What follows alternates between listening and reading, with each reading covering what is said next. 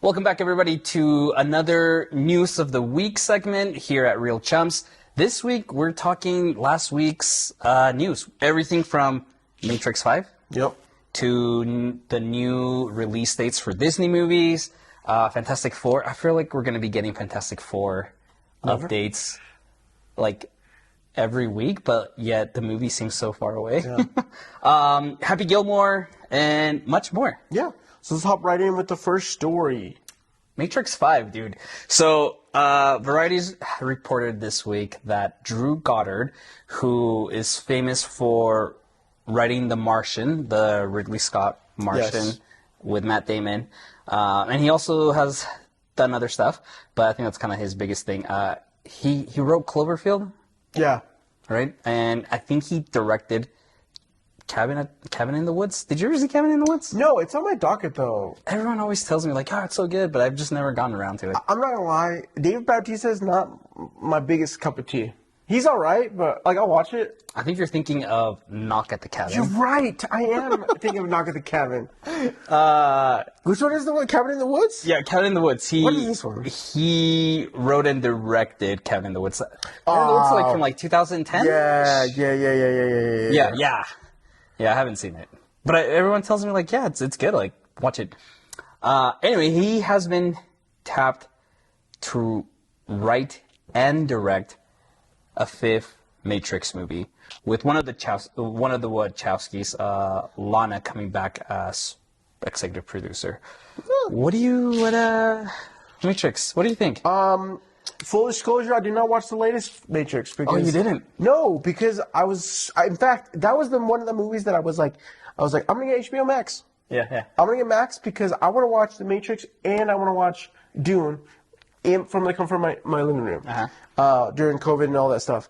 And then I had was getting ready to watch the thing, or like it was the weekend I was going to watch The Matrix, and I saw a lot of uncertainty. And I didn't want to taint it. I really enjoy the Matrix story, and I know it. Like I've heard mixed too much of it, like too aggressively of a mixed bag when it came to this movie. Too aggressive both ends. Okay. Yeah. Okay. And so I've kind of just left it be. You saw it. I did see it. I saw it right that opening night. When they released it. They had a countdown and everything. I was one of those nerds there. I need to revisit it. And again, I think we talk about this on our podcast, by the way. Podcast. Every Tuesday. Check it out. But we talk about how we as viewers should do we need to check our expectations by understanding the writers, directors, who all is involved. Yes. I won't go into spoilers for you, but I appreciate the meta commentary in it. It's very witty and smart, but and I appreciate what I think Lana was the one that directed it, right? Yeah. That Lana decided to take the franchise in a completely different direction.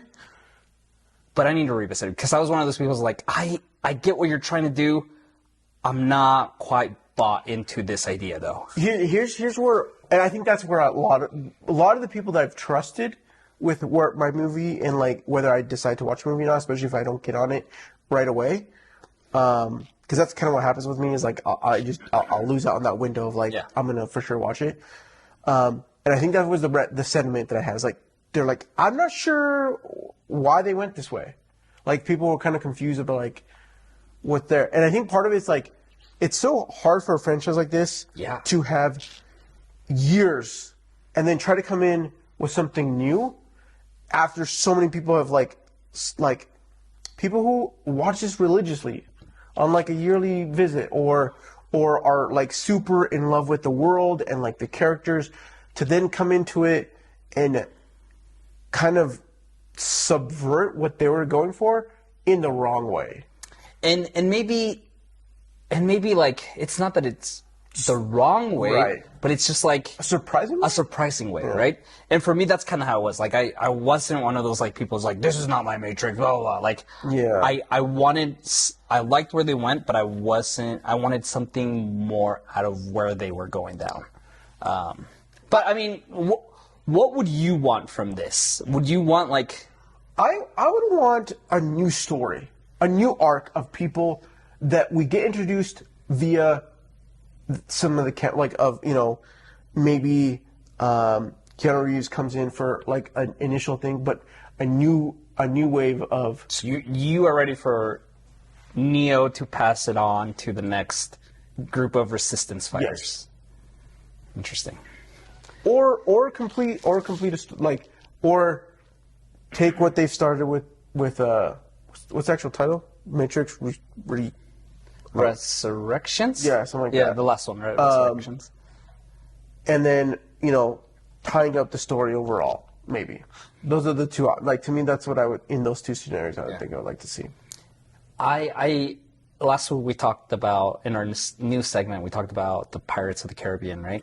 I feel the same way about this. I feel like no matter how you approach this, it's not gonna. It's a dicey water. Yeah, it's challenging. Now these guys are not going what Pirates is doing. They're not doing a full reboot. Right. They're technically, which is what I would like to see, but maybe not a reboot. It's just which is what Pirates is doing. Well, these guys could be, again, like I'm saying. That's why I'm like maybe they open up the doors for something else in this world. I don't know. It'd be interesting because I mean they haven't said like. This is Warner Brothers. Here's their quote. Drew came to Warner Brothers with a new idea that we all believe would be an incredible way to continue the Matrix world by both honoring what Lana and Lily began over 25 years ago and offering a unique perspective based on his own love of the series and characters. The entire team at Warner Brothers Discovery is thrilled for Drew to be making this new Matrix film, adding his vision to the cinematic canon that Wachowski spent a quarter of a century building here at the studio. I mean, yeah, I wonder if it's going to be like a soft reboot type of a thing, right? I would. Yeah. It'd be nice, but with beloved characters of that, like pass out the torch. It's okay. Yeah. Anyways, let us know. Are you excited for the Matrix? Down below. Next story. What do you got for me? Disney once again. We can't go a week without Disney. That's because, and not only that, but like Disney, it sets their like lineup for what we should be expecting over the next releases. We're looking at The Mandalorian and Grogu, Toy Story 5, and the live-action Moana. So let's start off with Moana. The movie was originally slated to open in 2025, and that's been pushed to July 10th, 2026. And that's the live action, right? Because they're also doing the sequel that was going to be a series, but instead they're making a feature film for it.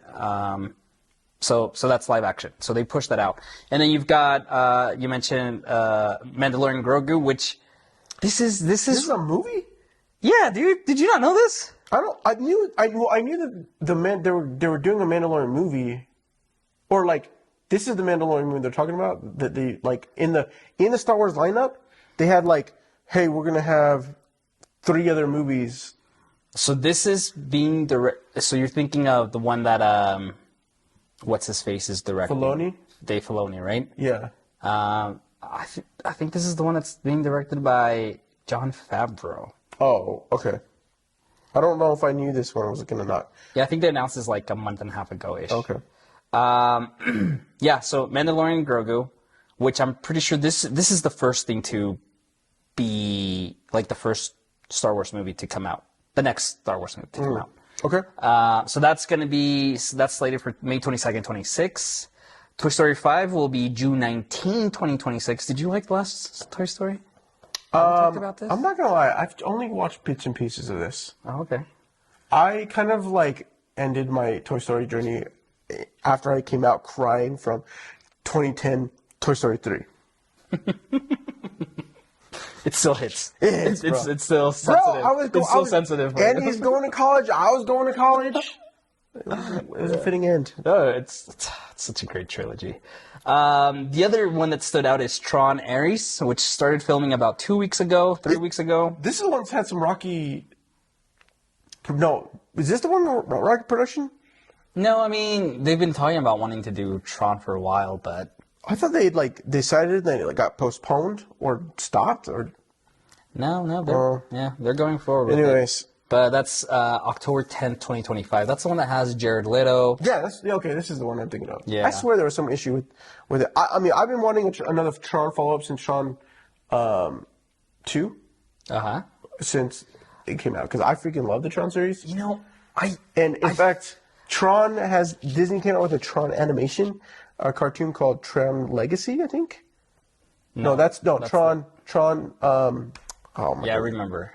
Uprising. Takes place like during this, right before the movie, right? Yeah, Uprising. It's really great for like a. They also did the video game, like the time video game. Yeah. Which was actually like pretty fun. Yeah. I feel like people love Tron, but not enough people saw it. I haven't heard. That's wild to me. I haven't heard anyone talk bad about that last Tron. Everyone loves it, but Everyone loves it. No one. It's not like it's not popularized or something. I don't know. Yeah. I don't know. I freaking really enjoyed. I think Jared Leto in it was to me was going to be was exciting to have him on this docket. I don't know what. Do you? I think it could be good. I just had like Jared Leto. It's Jared Leto. I don't know. Something about the guy just like another Jared Leto movie. That's how I feel about Dave Bautista. All right. Yeah, this is interesting though. Like anything that sticks out to you from this? I just think that things are getting pushed out from Disney more than they were I think they were hoping for.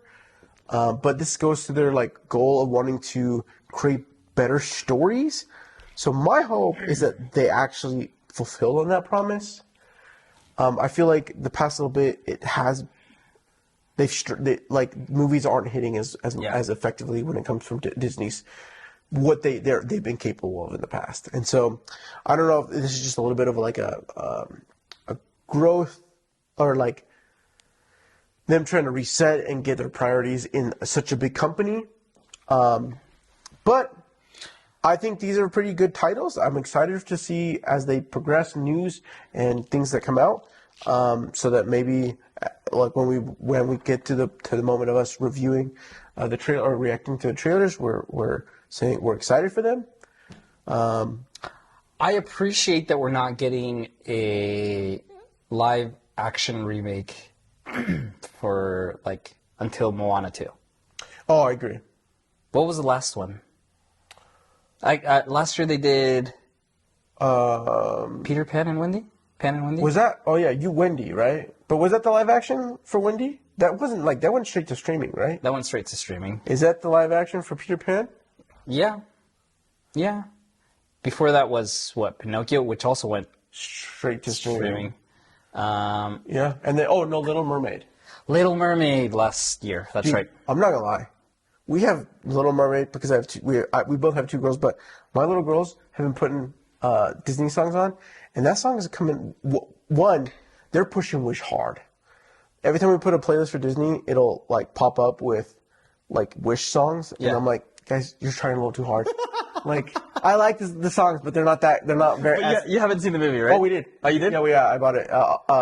But I mean, it was a good movie. I just think overall, it's too Broadway. Okay. Broadway style of music. Not bad. It's just that it's not as some of the songs aren't as catchy in the sense that you would go for Disney. Mm-hmm. But the girl who plays Little Mermaid for the live action Little Mermaid, her tracks are freaking phenomenal. The more I listen to them, I'm like, great job. Yeah. So what is it worth? What it's worth.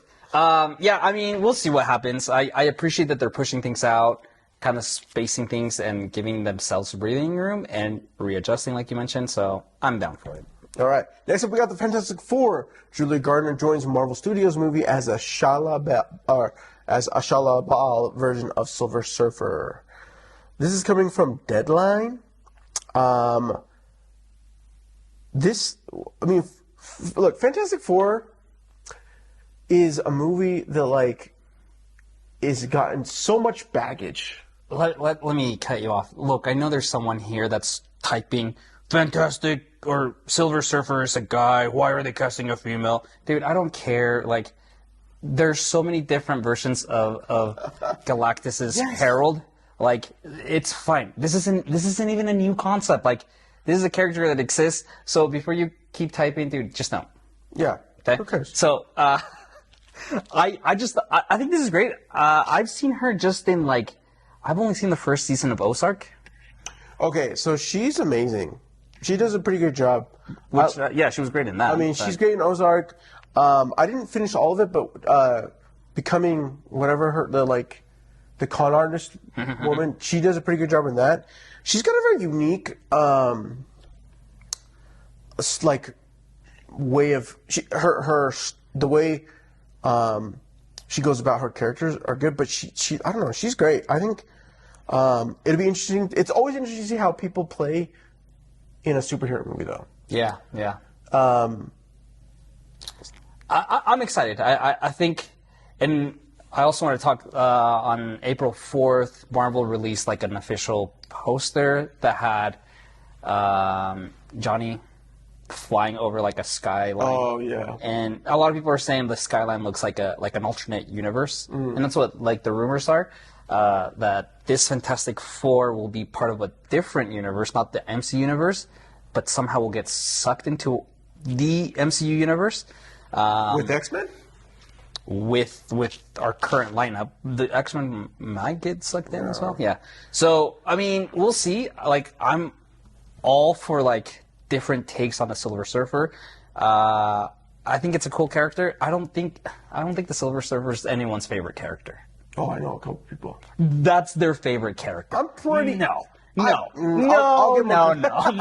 No one's favorite character is the Silver Surfer, so therefore no one should have such a strong opinions that Julia Garner, or what's her name? Julia Garner is playing Shalaba. Like, there should be no one out there. So...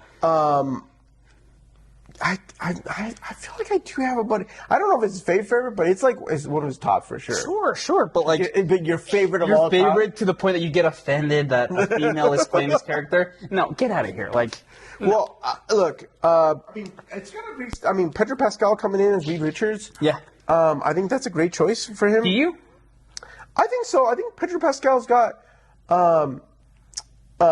he's got the like father. I want to lead. He can take on that role. Yeah. My issue. Go ahead. I just don't know if I feel the look of like when I think about. I mean, like don't get me wrong. I love Pedro Pascal, but maybe putting a white guy might have been better overall. Just because Reed Richards, super scientisty. You don't think Latino can be super scientist? No. Get out of here. It's not that. It's the way, man. It's the way. The name's Reed Richards. No, I get it. Look, my concern is that, and I'm looking at it from Disney's and Marvel's like business decision. You have hired a 50-something-year-old man, okay? Yeah. Who right now I think a lot of actors are very apprehensive to join Marvel just because of the rocky couple movies that they've had, right? That back in the day you could get a Chris Hemsworth and say we're signing you on for 6 movies, right? Yeah. Over the next decade and a half. Yeah. I don't think many actors are signing up for that right now with the MCU. So Pedro Pascal signs up, right? The guy's like in his 50s or coming up on his 50s, I'm not sure. But like, how many movies can you get out of him? I think, well, and that's the thing is like, I don't know how their story is going to tell, right? But, I mean, Reed Richards is an older gentleman. Yeah, but I would have liked to have seen like a late 30s. And then growing into... And then like really commit someone to be, we're going to get 6-7 movies out of you over the next decade or two. It's a lot, dude. Yeah, but for the right money though. You could do it. That's a good point. You could do it. What I'm saying, I guess, is actors aren't doing that because they're hesitant to sign up for a franchise that may not play out. Yeah. Right. You know that we love Vanessa Kirby. We love her from Mission Impossible. The Crown. Yes. I mean, to me, I think that's a pretty great choice for Invisible Woman. Joseph Quinn as Johnny Storm and Ebon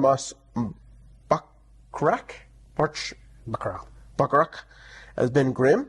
I don't know. To me, pretty solid choice for the casting. I mean, I'm excited to see what they do for the overall story. I just hope that baggage doesn't, from the previous Fantastic Four, bring this movie down. You don't like those Fantastic Four movies? I love the first one. Really? Yeah. I don't like either of them.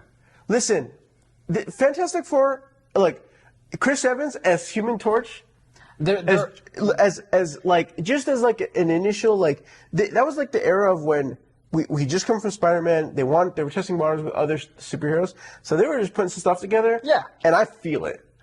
So it's a good time. Do I think they're amazing films? Absolutely not. I remember being like a teenage kid and being like, this is just not good. Because like we had just come out of like Spider-Man 2. We had come out of like X-Men and X-Men 2. And it's like, this is great. What is this? And then when they announced the second one, I was like, really? We're doing another one? No, yeah. And then the trailer like sold me on it, where the Silver Surfer comes and they're getting married and like he takes off, right? But then when I watched the movie, I'm like, I don't know. The Silver Surfer elements were cool. Everything else, I was just like, I'm not here for it. I don't know. You're Pedro Pascal being older, really, the biggest base is your worry. I said this back in like 2011 when Robert Downey Jr. was Iron Man, right?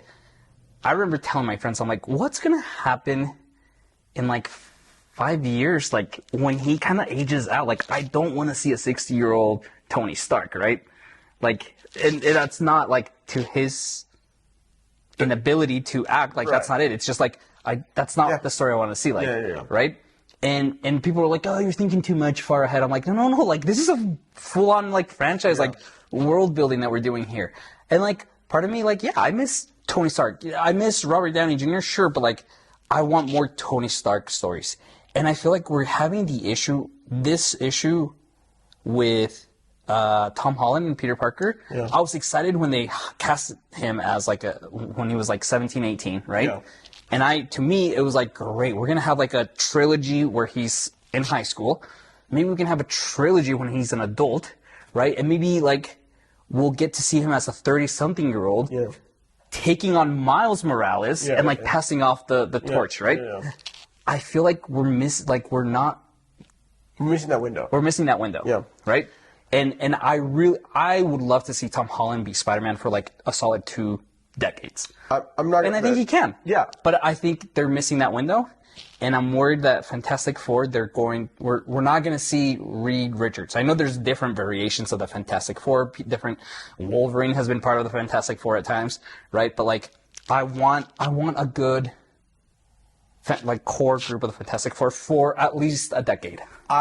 John Krasinski, right? Yeah. He played it in the alternate WandaVision. No. What's it called? Yeah. Doctor Strange and the Multiverse of Madness. Yes, there you go. Wow, that was hard.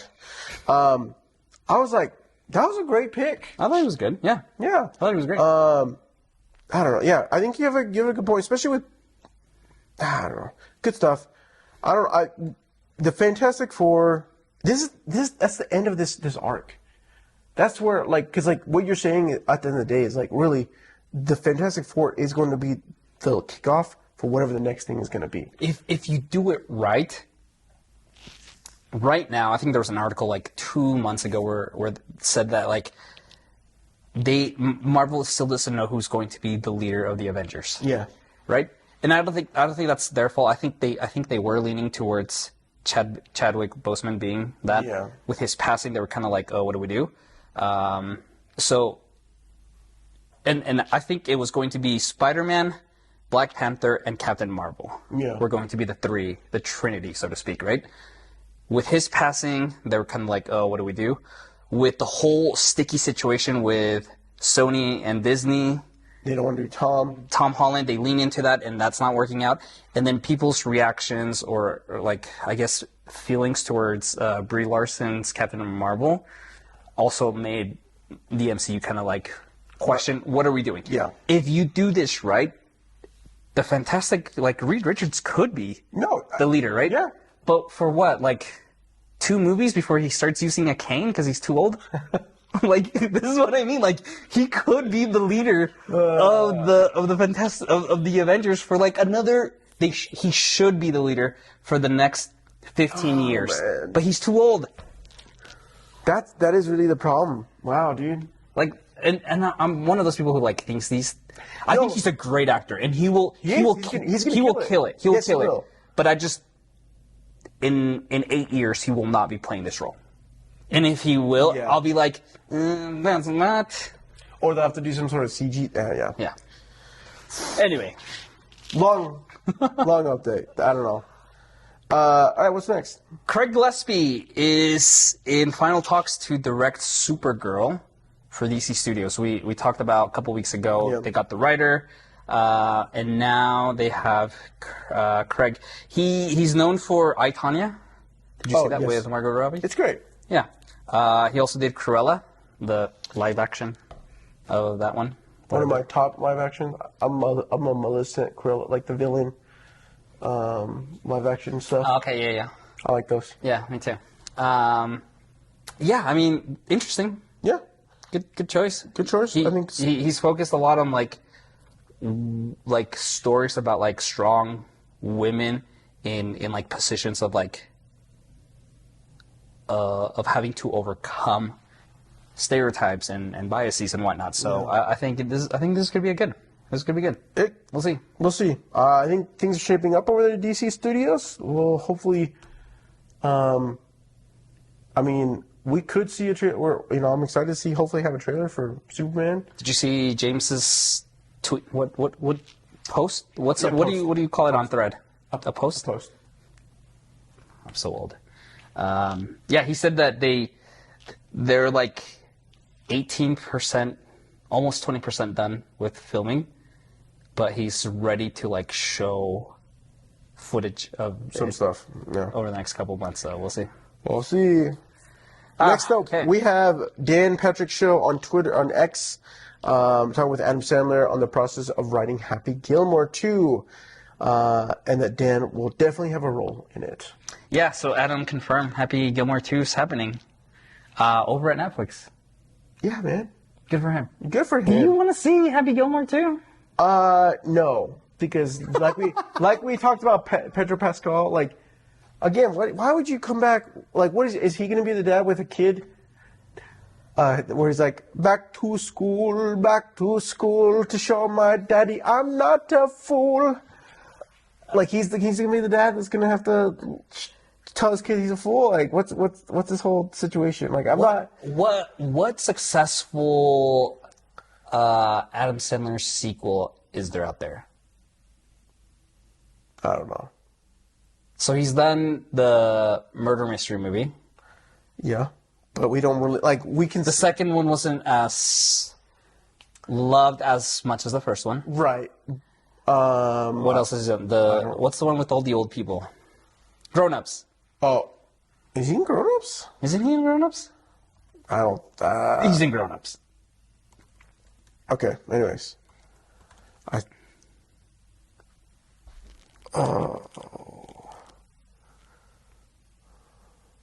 Outside of Hotel Transylvania.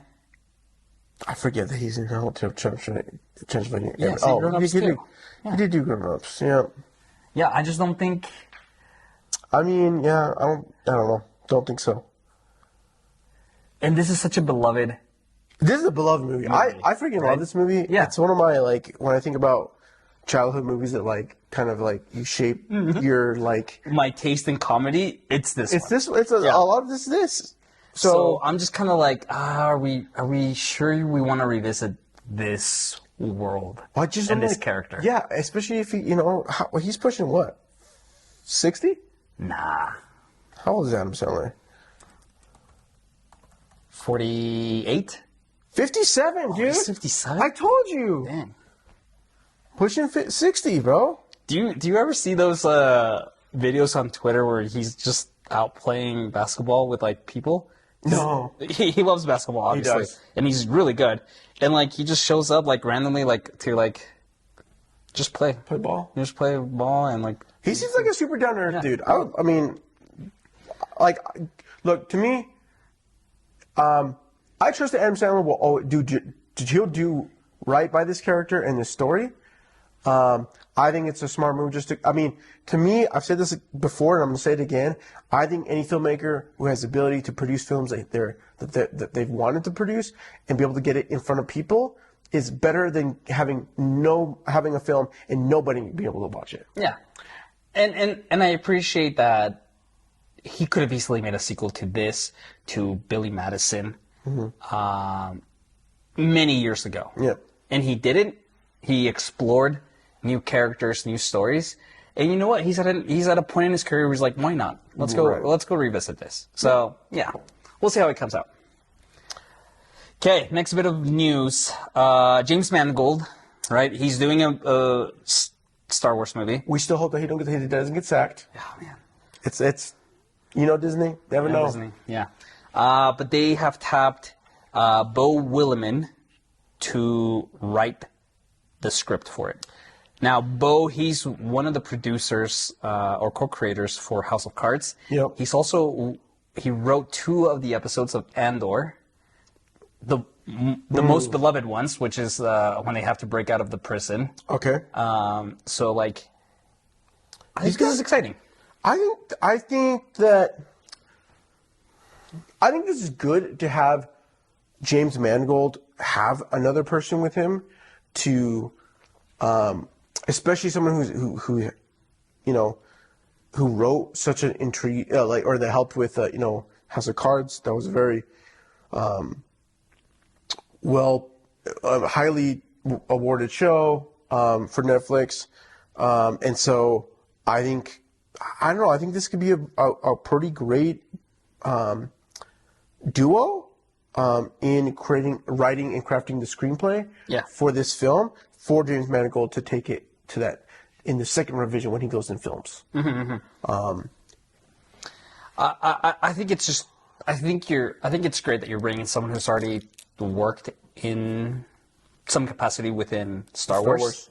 With a really great like story. Yeah. Right? Andor, I think it's just some of the best Star Wars out there. Some of the best television. Yeah, some of the best television, period. And so to bring someone of that caliber and say, you know what, why don't you take a stab at what it would be like to do a complete, because right, and they're so focused on the politics and that aspect of Star Wars, whereas now this movie, Dawn of the Jedi, is really focused on like the beginning of the Force and how individuals approach that. So, but that could also have like some big dynamic play, with political and like the struggle between factions of how people look about, whether that be the creation of Sith or whatever it might be. Which is, that brings the drama that we want to have in these Star Wars films. Yeah. So I'm excited. I'm excited for that. Yeah, we'll see. I keep, every time I hear something about James Mangold and Star Wars, I'm always excited for it. And the reason why we say that, I don't know if you saw an article earlier this week where Disney reported that they lost $134 million from Indiana Jones. 134.2. Forgot to add that 0.2. Yeah. They're not doing well. So the hesitation is that Disney has this history of directors who get hired to do something for Star Wars specifically. It seems it's always for Star Wars. They have a movie that comes out that doesn't do well, and then they quietly just put them under and send them on their way. So 134. It cost a ton of money to make the film. Yeah. Watch our review on that episode for that movie. All right, final is Netflix Avatar: The Last Airbender showrunner Albert Kim to step down, and then Jabbar Raisani and Christine Boylan to lead final 2 seasons. Yeah, so so Albert was the showrunner for season 1, and he's stepping out to be an executive producer on Percy Jackson. Oh. At Disney. Okay. So then you have Jabbar and Christine, who were producers, are now just going to step up and finish these 2 seasons for Avatar. Look, Boylan was part of Poker Face and The Punisher, Citadel, and Cloak and Dagger. We both loved Poker Face. We did a series on for the podcast in season 1, so go check that episode out. Phenomenal series. I'm a huge fan of The Punisher. Series on Netflix. So I think they're in good hands. I think so, and I feel like there's a lot of learnings from season 1. I actually had a good time with Avatar: The Last Airbender season 1. I did. I get the criticisms, most of them. Some of them I'm like, come on, dude. Yeah, but I think there's a lot of learnings from season 1 that I'm hoping that these 2 individuals kind of learn and apply as they move on to the final 2 seasons. So I think it's interesting that I wonder what you saw Percy Jackson. I did. Right? I wonder what happened that made them feel like we need to bring Albert over here to help steer. Maybe. So I really enjoyed the first couple episodes. In the middle, it was okay. I thought the end played out decently. I think that there's great. I watched it with my kids, and my kids really enjoyed it, so that made me enjoy it more. Sure. I think that because of the characters and where they're at, I do think that as they grow, and if they play the cards right, this could be a really beloved series for just like Harry, to a level akin of Harry Potter in the. I watched this kid, or even like Stranger Things, of people liking these characters and then seeing them as they grow and them growing themselves. But it's got to be done right, and I don't know. It could be that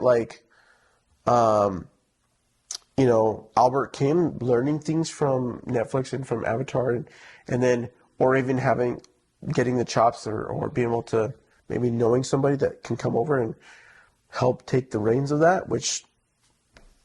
I don't know. It could be really beneficial. Yeah. It could be beneficial in both instances for Netflix and for Disney. Disney flushing out characters and better, and then same thing for Netflix. Be able okay, we got something that people kind of both in both scenarios. I think they both suffer from somewhat of similar things where